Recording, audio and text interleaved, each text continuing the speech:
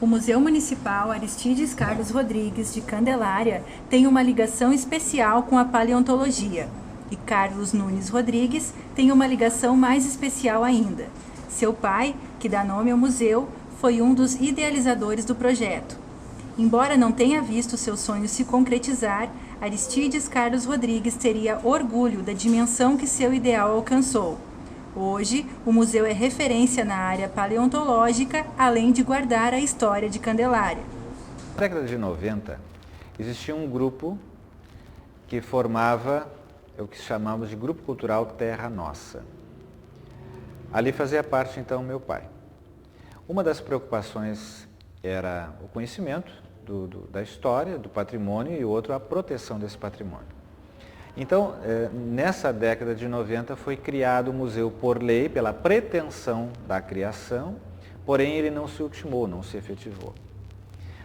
Já dentro então desse milênio, já meu pai então falecido, nós criamos uma outra atividade aí dentro da municipalidade de proteção de patrimônio.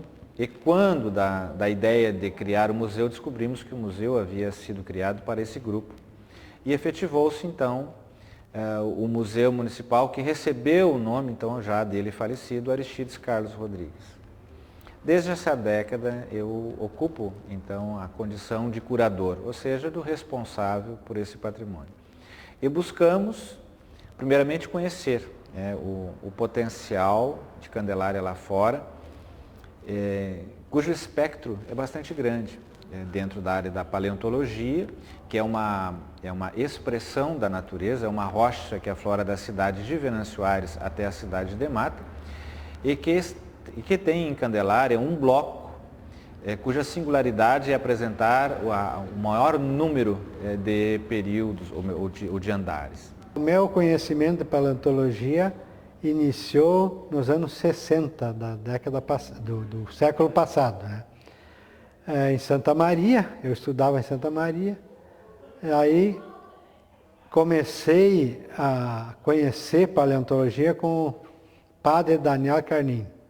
Ele não era padre ainda e trabalhava com coleta de fósseis em Santa Maria no Museu do Patronato Agrícola. E a gente se encontrou várias vezes lá, ele coletando fósseis, explicando o que era. E depois de algum tempo, nós estudamos juntos no mesmo colégio daí. Estudei com ele. Aí nós passamos a trabalhar, a coletar fósseis juntos. Aí que eu aprendi a coletar fósseis, em 67, 68. E a partir daí, o Daniel Carnim foi estudar em Viamão, Porto Alegre, e eu fiquei em Santa Maria. E a Universidade Federal de Santa Maria iniciou naquela época um museu na universidade. E através do Daniel Carnim, que naquele tempo não era padre ainda, né, e um professor da Universidade Federal, eu consegui a ir trabalhar nesse museu, iniciar a coleta de fósseis para o museu. E lá eu trabalhei assim, trabalhava um turno, outro turno eu estava no Exército, né? Então num turno eu trabalhava para o museu, coletando fósseis, limpando os fósseis, preparando e deixando no museu. Por um certo tempo, 1 ano e meio, quase 2 anos eu trabalhei lá. Depois eu saí e arrumei outro emprego. Fui bancário, né, 21 anos. Aí depois disso, eu havia morado aqui em Candelária, trabalhado aqui em Candelária. Estava em outra cidade, voltei para Candelária. E aí quando eu voltei para Candelária, havia na região um movimento para a criação de museus de paleontologia. São Pedro do Sul foi uma cidade que, naquela época, 95, criou um museu de paleontologia. E eu chegando aqui, mas Candelária, que é a terra dos fósseis, eu vou dar um jeito de que alguém se interesse pelo assunto e a gente cria um museu. Não encontrei respaldo com ninguém. Ia na Secretaria da Educação, não conseguia, Cultura, não conseguia, nos colégios, né? Colégios particulares, aqui naquele tempo era Concórdia, não era da UBRA ainda, era Colégio Concórdia, depois o Colégio Medianeira, ninguém tinha interesse. Então, passado algum tempo, eu consegui me introduzir dentro de um grupo que se chamava Provistar, uma ONG, que se chamava Provistar, não sei se existe hoje ainda. E esse grupo estava interessado em criar um movimento de coleta de fósseis, trabalho com fósseis e paleontologia em Candelária, através da Fundação Zoobotânica do Estado, que acabou a Fundação Zoobotânica adquirindo uma área na região do Pinheiro, aí, que ainda está lá hoje um parque, seria o Parque Paleontológico, que foi adquirido, mas está lá abandonado, né? Então, ali não deu certo também, acabou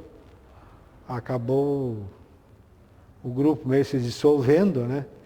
Aí eu fiquei de novo na mão, com o meu projeto, com a minha ideia, né? Até que o Carlos foi secretário da Secretaria de Cultura e Turismo, e ele, certa feita lá, ele colocou uma exposiçãozinha de fósseis ali na secretaria, e eu fui visitar, não fiquei sabendo que tinha aquela exposição, fui lá fazer uma visitinha, conhecer.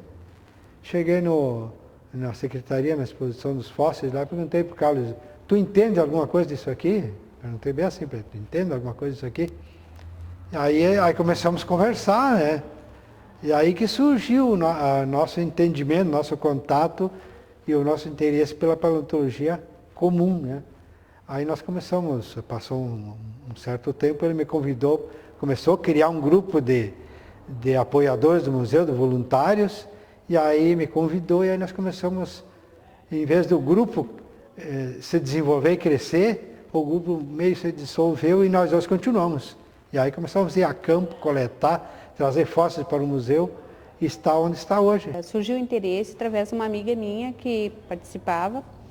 Ela era minha colega na escola e professora de biologia.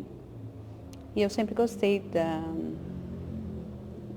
dessa área de biologia. Eu era professora de séries iniciais.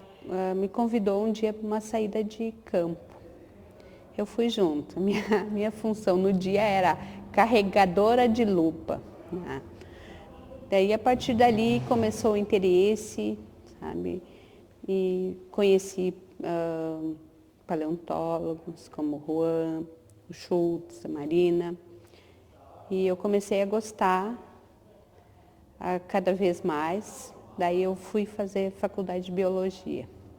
Agora eu estou no último semestre e quero fazer um mestrado na área de paleontologia. O grupo aumentou, né, está aumentando, e a gente está sempre buscando recursos, principalmente, porque nós não temos nenhum, nós somos abnegados, nem é voluntários, principalmente o Carlos e o seu Belarmino, que entra até com a questão financeira, porque a gente não tem nenhuma ajuda, nem de custo, nem de nada. E o museu cresceu um pouco, cresceu bastante, através dos eventos que a gente participou, nesses eventos a gente ganhou os móveis, ganhou coisa para aumentar. Porque assim, nós temos muito material e não temos onde expor, nem espaço, e nem o local é pequeno, e nem móvel para expor material. Temos lutado com recursos, com espaço, montamos um grupo de voluntários. Agora, nosso último trabalho foi um seminário de paleontologia e temos encontrado sempre nas pessoas a surpresa quando enxergam essa riqueza até então desconhecida, mas encontramos espaço sempre para crescer. Um museu que trata de não deixar que o passado se apague e desempenha o papel de guardião da memória não pode cair no esquecimento e deixar que sua própria história se perca. No que depender dos voluntários, como Carlos, Belarmino e Janete, e de nós, alunos da disciplina de Metodologia da Pesquisa em Comunicação da Unisc, isso não acontecerá.